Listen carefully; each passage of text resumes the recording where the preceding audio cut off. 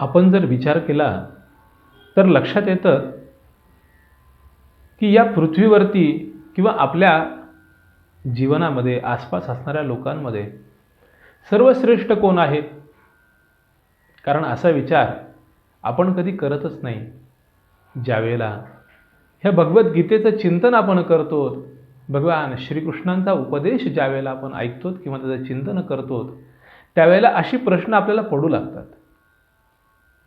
कारण आपण आपल्या जीवनामध्ये आपल्या कार्यामध्ये व्यस्त असतो.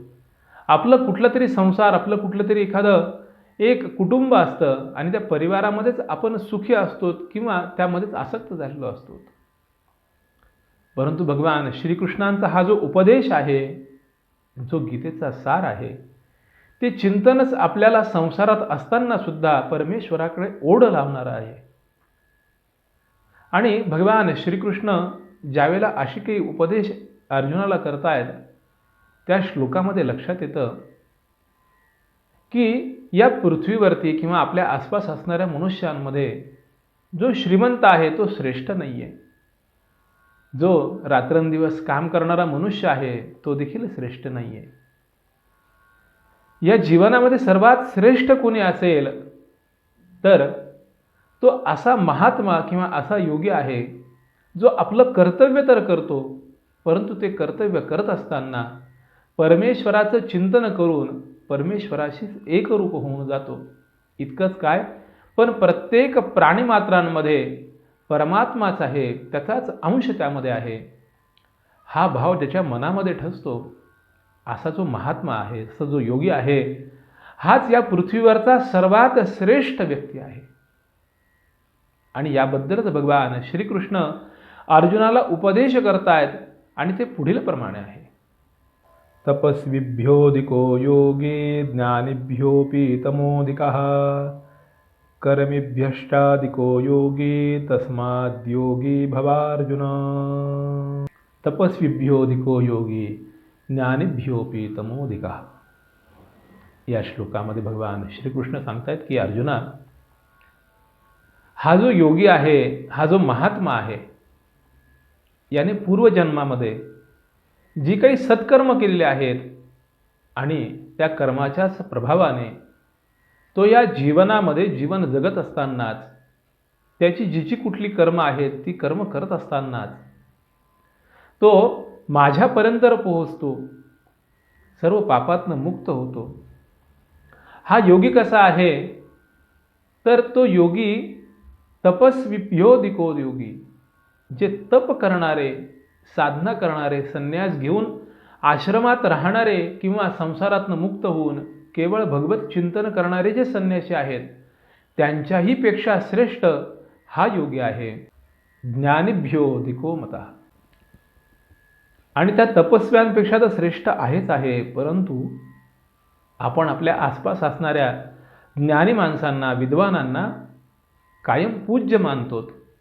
कारण ज्ञान मनुष्याला सर्वश्रेष्ठ बनवतं.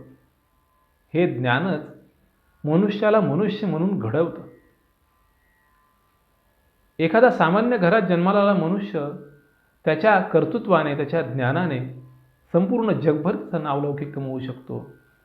हे ज्ञानच त्याला सर्वश्रेष्ठ अशा उंच पदापर्यंत पोहोचवू शकतो. परंतु भगवान श्रीकृष्ण सांगतायत की हा महात्मा, हा योगी जो आहे, त्या ज्ञानी पुरुषापेक्षा सुद्धा श्रेष्ठ आहे.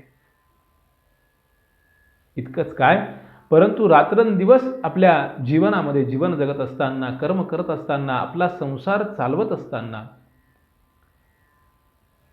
ज्ञानेश्वर माऊली म्हणतात की सायासे करेशी प्रपंच दिननिशी हरिशी न भजसे कोण्या गुणे.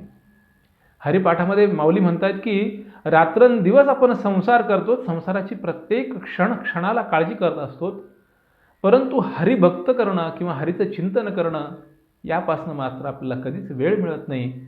ते करण्याची आपल्याला आवश्यकताच वाटत नाही. आणि भगवान श्रीकृष्ण अर्जुनाला देखील असाच उपदेश करतायत की जीवन जगत असताना, संसारात असताना सुद्धा हा महात्मा आपली एक एक कर्म मला समर्पित करून, अर्पण करून तो या पापातनं आणि कर्मबंधनातनं मुक्त होतो. हाच योगी सर्वश्रेष्ठ मनुष्य आहे, महात्मा आहे, योगी आहे.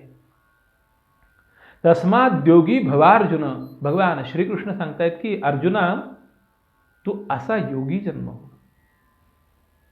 आणि या योग्यासारखंच तू जीवन जग. या योगाप्रमाणेच तुझं कर्म करून त्यातनं तू निष्कृत हो. जे जे कर्म तुला मिळालेले आहेत ते कर्म तुला केवळ मीच दिलेले आहेत, हा भाव मनामध्ये ठेव. हा भाव जर तुझ्या मनामध्ये आला तर कुठल्याही कर्माचं बंधन किंवा त्याची आसक्ती तुला कधीही बांधणार नाही. अत्यंत सुंदर उपदेश भगवान श्रीकृष्णांनी केलेला आहे. या एका श्लोकाचा सुद्धा उपदेश 18 अध्याय भगवद्गीतेसारखाच फलदायी आहे. पुढीलही श्लोकात भगवान श्रीकृष्ण अत्यंत सुंदर असा उपदेश करतायत. त्याचं सार्थ चिंतन आपण पुढील भागात ऐकणार आहोत. धन्यवाद.